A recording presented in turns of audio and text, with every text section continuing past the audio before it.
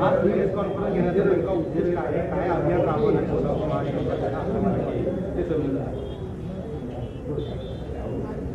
जय श्रीराम. माझं शहर माझी जबाबदारी याची जाणीव मला आणि सगळ्याच कोल्हापूर शहरातील नगरसेवकांना असल्यामुळे आज आम्ही यासाठी प्रेस घेत आहोत की सर्वप्रथम कोल्हापूर शहर स्वच्छ या अनुषंगाने माझं शहर माझी जबाबदारी भाग 1 या अनुषंगाने आम्ही येणाऱ्या 27 तारखेला एक सगळ्या कोल्हापूर शहरातील लोकांना आव्हान देऊ इच्छिते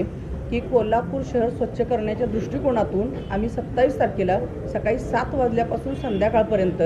वन टाईम सगळे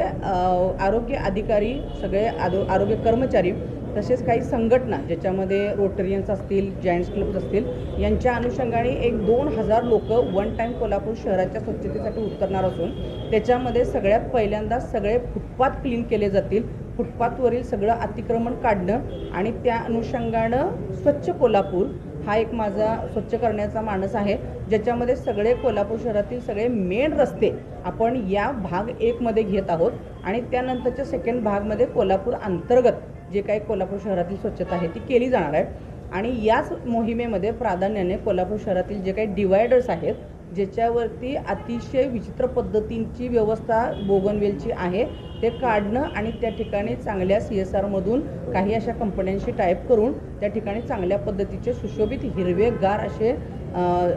छोटे छोटे श्रग वगैरे आपण त्या ठिकाणी लावणार आहोत.